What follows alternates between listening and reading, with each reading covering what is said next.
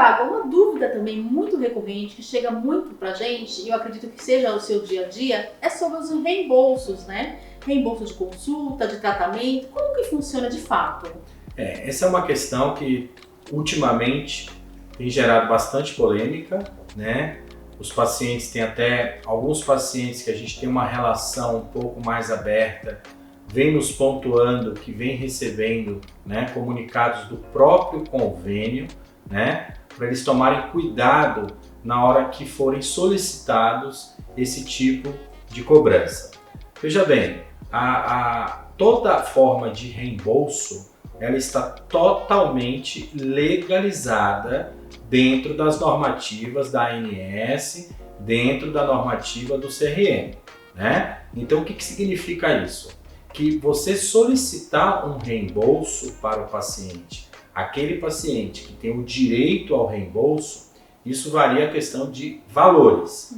Mas a partir do momento que esse convênio, né, desde lá da primeira vez que o paciente assinou o contrato dele, e ele tem direito de reembolso para consultas, exames e procedimentos, está totalmente listado que o médico, a equipe responsável por isso, pode realizar esse tipo de cobrança, né? O que vem acontecendo, é até importante a gente falar isso, que a gente vê que não é só no Brasil, mas existem em todo o mundo as questões de algumas fraudes que estão acontecendo, que isso veio à tona para os convênios, e aí surgiu, né, essa grande polêmica ao redor dos convênios.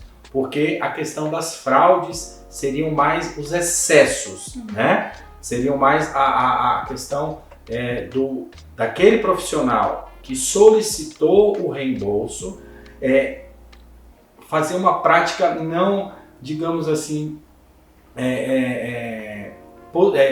o que realmente, né, foi solicitado. Então, por exemplo, você vai pedir um exame laboratorial, que é muito importante para você, por exemplo, ver a parte metabólica, a parte nutricional, né? Então, você pode pedir uma gama existem milhões de exames que você pode solicitar num pedido de exame. Só que para aquele caso específico que você está pedindo, que seria, por exemplo, para a gente avaliar a parte metabólica do paciente, né? Existe um protocolo, mais ou menos, que varia pouco de profissional para profissional, específico para aquele pedido, né? Só que aí, às vezes, vem os excessos, né? Em relação aos procedimentos, né? Que é mais ou menos o que a gente solicita aqui, mesma coisa. Você exagerar nos pedidos de códigos de procedimento,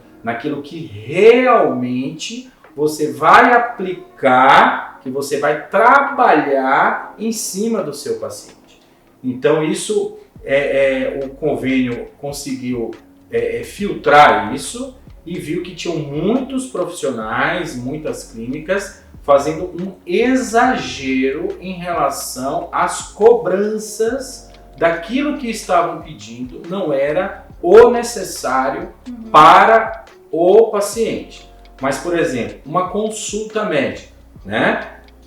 Eu tenho 2 filhos, são pequenos, desde que eu levo eles para os pediatras, nunca houve outra forma, mesmo nós temos convênio, né? Mas era forma de via reembolso.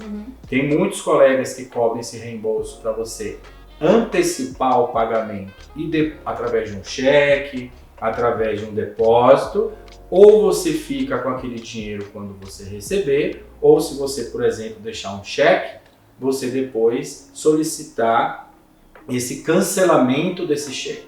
Mas o que eu quero deixar bem claro aqui, Adenildo, dizer até para quem está assistindo, para quem está nos acompanhando, é que não existe nada de ilegal para a clínica, para o profissional médico, solicitar o reembolso. Importante é a gente estar colocando aqui dessa questão de confiança entre o seu profissional, né, doutor, Exato. e sua equipe para com o paciente, porque é uma prática, então, legal, uma prática necessária, né, e é uma prática que vai estar levando alguns benefícios, né, para o paciente. Não, com certeza, porque ele vai ter essa liberdade de escolha do profissional, independente se esse profissional tem o cadastramento, se ele tem esse convênio na clínica, né? Então tem muitos pacientes que ligam aqui às vezes perguntando, tem convênio?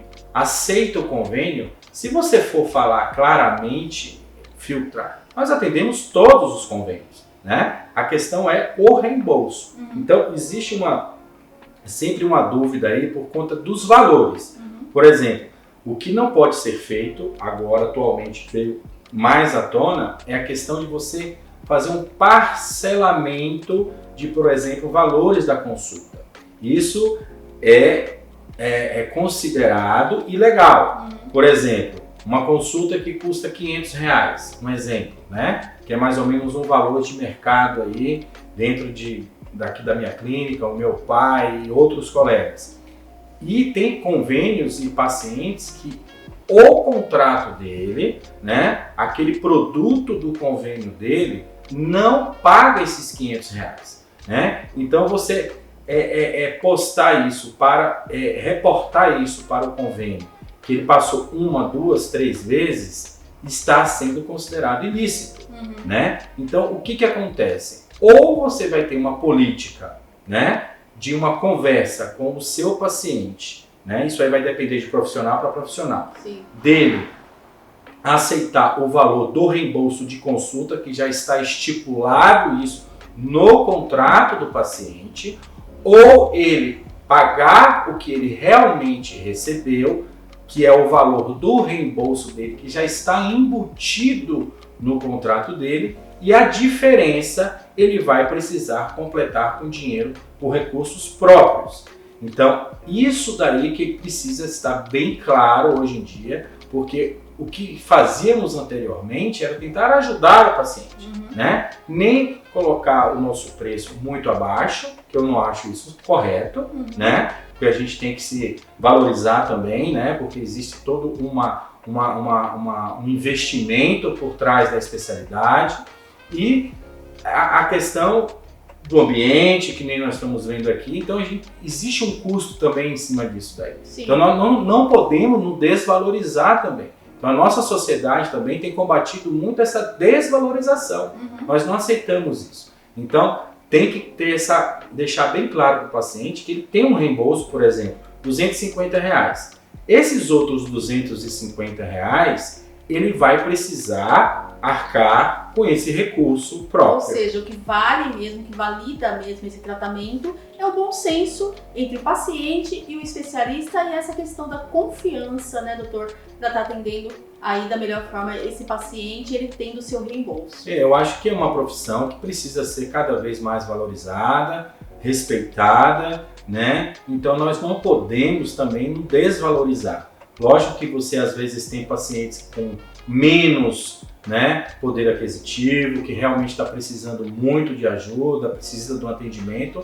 Em alguns casos, nós podemos abrir algumas exceções, né? Mas também nós não podemos abrir uma exceção que abranja 100%, porque daí você está fazendo distinção de pacientes, né? Mas o que a gente está conversando aqui, o que eu acho que tem que ficar muito claro isso, porque está tendo muita polêmica em cima disso, é que o reembolso, a forma de cobrança via reembolso é totalmente legalizada e está tudo discriminado no contrato do paciente quando ele adquiriu o convênio.